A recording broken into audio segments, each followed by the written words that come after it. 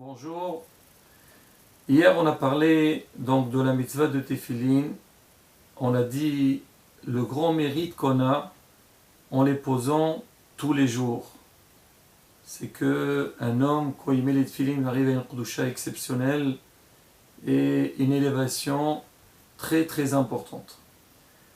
Alors, on va parler aussi aujourd'hui de deux points très importants sur lesquels l'homme il doit faire très attention quand il va mettre les tefillin. Ça aussi, ça peut faire partie des halachot tefillin, mais ça c'est des choses qui concernent l'homme lui-même, comment il doit se préparer en faisant cette mitzvah. Je vais vous lire le lachon du Shulchan Aruch et après on va développer Bezrat Hashem. Shulchan Aruch, Siman Kafé Halacha He, Yechawin be'anahatan שסיוון הקדוש ברוך הוא להניח 4 פרשות אלו שיש בהם יחודשמו etc. et après שעשה לנו ניסים ונפלאות יש לו ממשלה בעליון ובתחתונים אז הוא ישתעבד לקדוש ברוך הוא וכו'. Donc le Shulchan Aruch il nous dit que l'homme quand il va commencer à faire cette mitzvah de Tefillin, la première des choses il doit avoir la kavana qu'il va faire cette mitzvah de Tefillin. Comme on dit mitzvot selchot kavana, c'est vrai qu'aujourd'hui, si quelqu'un n'est pas mitkaven, on dit quand même ça peut passer, mais malgré tout, les Tefillin, vu qu'ils ont une kedusha exceptionnelle, l'homme il doit savoir, au moment qu'il va les porter, c'est pas un moment de rigolade où il peut se conduire comme s'il était en train de faire autre chose. Les Tefillin sont écrites avec une kedusha, le sofer qu'on va les écrire, il doit faire très attention. Et une fois qu'elles sont finies, donc ils arrivent à un niveau très très très élevé. Et donc c'est pour ça qu'à partir du moment que la personne, elle a mis les tefillin sur lui, elle doit faire très attention de ne pas avoir ce qu'on appelle les sehda'at, de ne pas avoir la tête ailleurs. C'est vrai que ça c'est pas donné à tout le monde, vraiment d'avoir la conviction, la kavana depuis le début jusqu'à la fin, mais au moins, nous, à notre niveau, on doit faire très attention de ne pas s'amuser et faire autre chose. Malheureusement, on voit beaucoup de personnes, pendant la tefila, c'est vrai, ils sont là, ils prient. Alors, et en même temps qu'ils prient, alors ils ont un petit peu, comment on dit, ils sont un peu distraits, ils ont un peu la tête ailleurs. Une fois, j'écoutais un rave, il a dit, comment on peut savoir si quelqu'un, il a la yirat shamaim ou pas? Il dit, on regarde pendant la tefila. C'est pendant la tefila, tout le temps, il tourne sa tête à droite et à gauche pour voir qui est entré, qui est sorti, qu'est-ce qui se passe à la synagogue. Ça veut dire qu'il n'a pas la tête dans la prière. Alors là, Rabotai, à plus forte raison, quand l'homme, il a mis les tefillin sur lui, donc il a 7 douchas sur lui, qui doit faire très attention. Une des raisons qu'on dit que les enfants, on ne leur met pas les tefillin avant l'âge de la bar mitzvah, parce qu'on dit que les enfants, les enfants, ils ne peuvent pas garder les tefillin. Les tefillin, ils doivent se garder avec une kedusha. Et Rabotai, pour illustrer un petit peu cette idée, je vais raconter une histoire de notre maître, Rabbi Haïm ben Attar, Zecher Sadiq Kadosh Lebracha, qu'il a été appelé par Or HaHaim HaKadosh. Si Dieu veut, ça, Iloula, c'est le 15 Tammuz, la semaine prochaine. On racontera quelques histoires sur sa vie. On raconte que lui, bien sûr, avec tous les Nissim Viniflaot qu'il a fait, et à la fin de sa vie, il a mérité d'arriver dans la terre d'Israël. Et on dit, avant son décès, il a parlé avec son épouse, avec sa femme, et lui a dit, jusqu'à maintenant, je me suis, disons, je t'ai nourri, je me suis occupé de toi, mais je sais, une fois je quitte ce monde, tu vas avoir un grand problème de Parnassa. Ne t'inquiète pas. Pourquoi? Parce que après son décès, il va avoir un grand riche qui va venir, il va vouloir acheter mes tefillin, donc les tefillin du Or HaHaim HaKadosh, et lui il est prêt de donner n'importe quelle somme pour ces tefillin-là. Il lui dit, tu verras, avec cette somme d'argent, tu pourras vivre tranquillement jusqu'à la fin de ta vie. Mais je te demande de lui dire qu'il doit faire très attention. Les tefillin du Or HaHaim HaKadosh, ils sont kedushim. Bien sûr, quelqu'un comme lui, il a fait très attention avec ses tefillin et à travers ses prières. Donc les tefillin, ils ont eu une grande élévation. De lui dire, si tu tiens à acheter ces tefillin, tu dois les porter avec une kedusha, une grande sainteté et ne pas avoir la tête dans autre chose. Effectivement, après la ptira du Rahim Akadosh, quelques jours après, il y a un monsieur qui vient de Turquie et il demande à sa femme, il dit voilà, je suis venu et je voulais acheter les tefilines du Rav. La femme, elle a compris, elle était déjà informée de ça, elle a dit pas de souci. Et le monsieur dit écoutez madame, ne me demandez pas de prix, je vous donne voilà cette somme-là, une très très grande somme. Et on raconte que ce monsieur, depuis qu'il a reçu cette tefilines, alors il a été averti par la rabbinite, il lui a dit faire attention de ne pas avoir, donc, et c'est de ne pas penser à autre chose pendant la tefila. Et effectivement, tous les jours pendant la tefila, il faisait très attention vraiment d'être concentré dans sa prière et l'élévation vers Akadosh Baruch.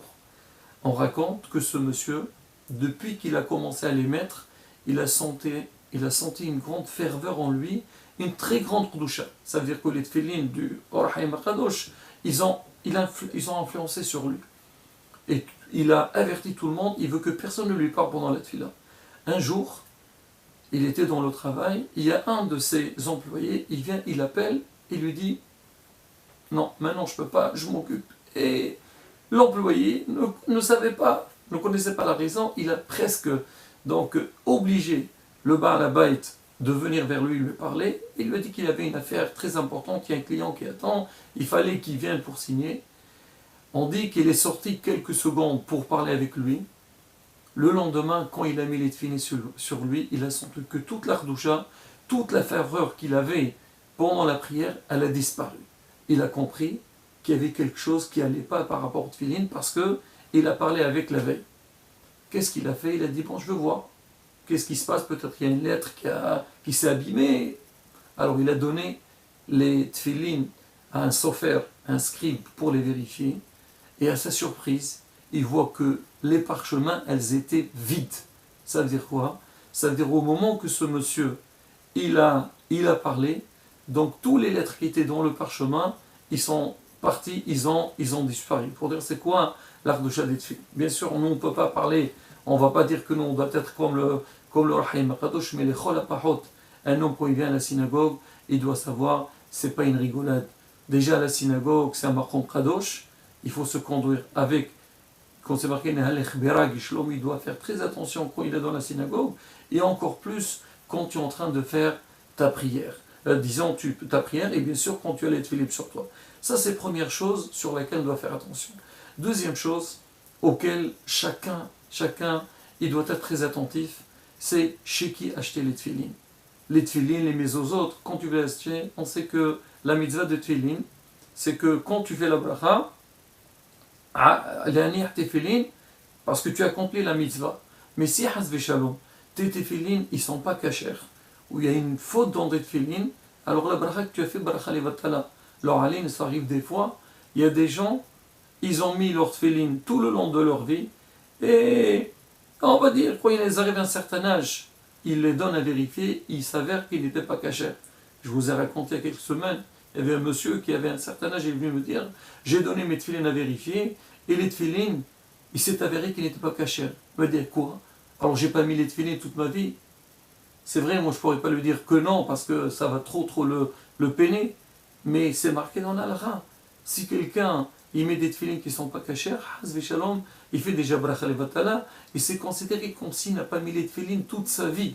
Alors combien on doit veiller à Rabotai, à acheter des tefilines comme quelqu'un, il va acheter, je ne sais pas, un appareil ou n'importe quoi, il veut acheter de la marque, il est prêt à mettre de l'argent qu'il faut pour ça, alors c'est pareil pour les tefilines, faire très attention.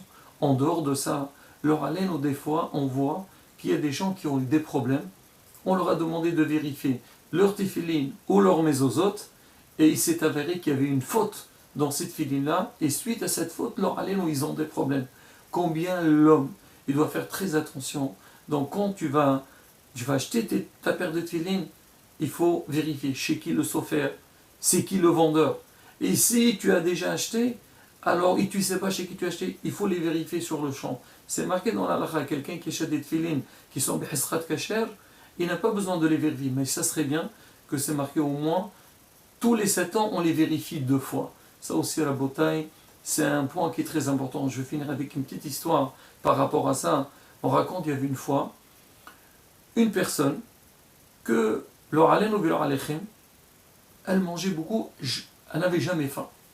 Et tout le temps, elle mangeait. Et bon, elle sait que c'est mauvais pour elle, il faut qu'elle fasse un régime, mais elle a vu que, pratiquement, elle a essayé de faire des régimes et ça n'a rien donné. Et il est parti voir les médecins, donc, disons, ils ne trouvaient pas de remède. On leur a dit, allez-y voir un rabbin. Ils sont partis voir le rabbin, leur a dit, écoutez, vérifiez vos tfilines ou vos mésozotes. Alors le sofer, il ouvre donc ses tefilines, et il s'est marqué dans les tefilines, et lui, quand il a vu dans les tefilines, c'était pas marqué c'est marqué ça veut dire que tu mangeras et tu mangeras encore. Ça veut dire que tu ne te rassasiras jamais, hasbi shalom. Et on a corrigé cette fille, on a changé parce que bon, il y a des halakhot au niveau des tefilines. Et Baruch Hashem, depuis que le monsieur il a retrouvé, donc on va dire, il a commencé à se rassasier et ce problème il a disparu.